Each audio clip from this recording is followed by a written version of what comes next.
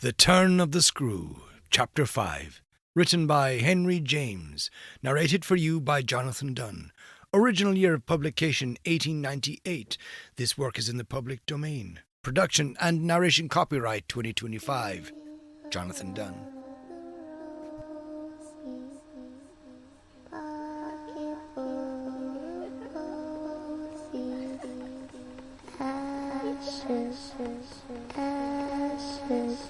We are all dead. 5. Oh, she let me know as soon as, round the corner of the house, she loomed again into view. What in the name of goodness is the matter? She was now flushed and out of breath. I said nothing till she came quite near. With me? I must have made a wonderful face. Do I show it? You're as white as a sheet. You look awful. I considered I could meet on this, without scruple, my innocence. My need to respect the bloom of Mrs. Groce's had dropped without a rustle from my shoulders, and if I wavered for the instant, it was not with what I kept back. I put out my hand to her, and she took it. I held her hard a little, liking to feel her close to me. There was a kind of support in the shy heave of her surprise. You came for me for church, of course, but I can't go. Has anything happened? Yes, you must know now. Do I look very queer? Through this window? Dreadful!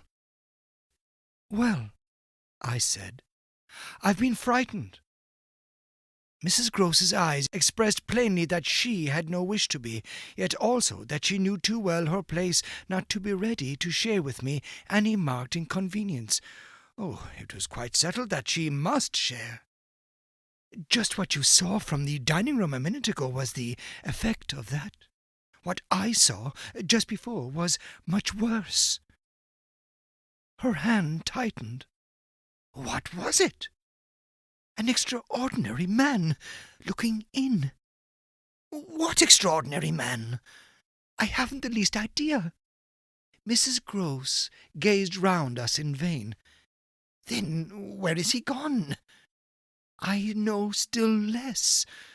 Have you seen him before? Yes, once, on the old tower.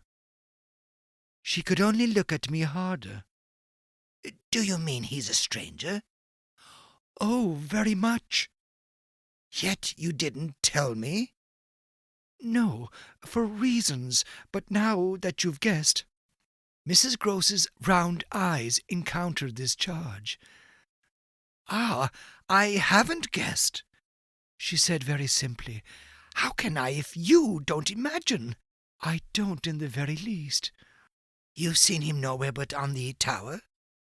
And on this spot just now. Mrs. Groce looked round again. What was he doing on the tower? Only standing there and looking down at me. She thought a minute. Was he a gentleman? I found I had no need to think. No. She gazed in deeper wonder. No. Then nobody about the place? Nobody from the village? Nobody. I didn't tell you, but I made sure. She breathed a vague relief. This was, oddly, so much to the good. It only went indeed a little way. But if he isn't a gentleman, what is he? He's a horror. A horror? He's... God help me if I know what he is. Mrs. Groce looked round once more. She fixed her eyes on the duskier distance, then, pulling herself together, turned to me with abrupt inconsequence. It's time we should be at church. Oh, I'm not fit for church. Won't it do you good? It won't do them. I nodded at the house. The children? I can't leave them now. You're afraid? I spoke boldly. I'm afraid of him. Mrs. Groce's large face showed me, at this, for the first time, the faraway faint glimmer of a consciousness more acute. I somehow made out in the delayed dawn of an idea I myself had not given her, and that was as quite obscure to me. It comes back to me that I thought instantly of this as something I could get from her, and I felt it to be connected with the desire she presently showed to know more. When was it? On the tower. About the middle of the month, at this same hour. Almost at dark, said Mrs. Grose. Oh, no, not nearly. I saw him as I see you. Then how did he get in? And how did he get out? I laughed. I had no opportunity to ask him. This evening, you see, I pursued, he has not been able to get in. He only peeps. I hope it will be confined to that. She had now let go of my hand. She turned away a little. I waited an instant. Then I brought out, Go to church. Goodbye. I must watch.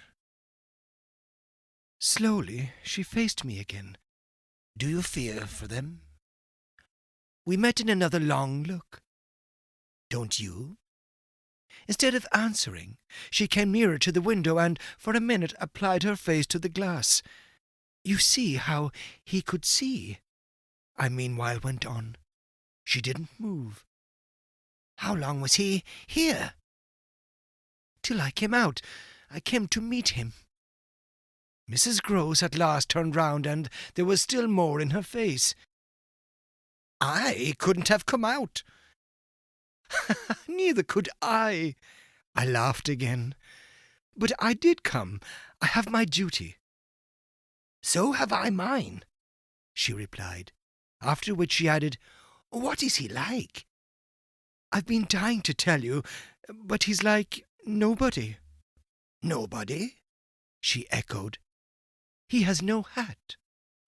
Then, seeing in her face that she already in this with a deeper dismay found a touch of picture, I quickly added stroke to stroke. He has red hair, very red, close curling and a pale face, long in shape, with straight good features and little, rather queer whiskers that are as red as his hair. His eyebrows are somehow darker. They look particularly arched and as if they might move a good deal. His eyes are sharp, strange, awfully, but I only know clearly that they're rather small and very fixed. His mouth's wide and his lips are thin, and except for his little whiskers he's quite clean-shaven. He gives me a sort of sense of looking like an actor. An actor?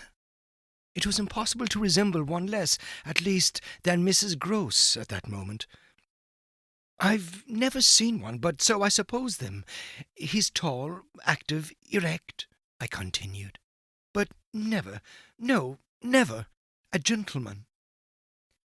My companion's face had blanched as I went on. Her round eyes started and her mild mouth gaped. A gentleman? She gasped, confounded, stupefied. A gentleman? He? You know him, then? She visibly tried to hold herself. But he is handsome? I saw the way to help her. Remarkably. And dressed? In somebody's clothes. They're smart, but they're not his own. She broke into a breathless, affirmative groan. There, the master's! I caught it up. You do know him? She faltered but a second. Quint! She cried. Quint? Peter Quint! His own man, his valet, when he was here. When the master was? Gaping still, but meeting me, she pieced it all together. He never wore his hat, but he did wear, well, there were waistcoats missed. They were both here last year, and the master went, and Quint was alone. I followed, but halting a little. Alone? Alone with us. Then, as from a deeper depth, in charge, she added. And what became of him? She hung fire so long that I was still more stupefied. He went too, she brought out at last. Went where? Her expression at this became extraordinary. God knows where. He died. Died? I almost shrieked. She seemed fairly to square herself, plant herself more firmly to utter the wonder of it. Yes, Mr. Quint is dead. This has been The Turn of the Screw, Chapter 5, written by Henry James, narrated for you by Jonathan Dunne. Original year of publication 1898. This work is in the public domain. Production and narration copyright 2025. Jonathan Dunne.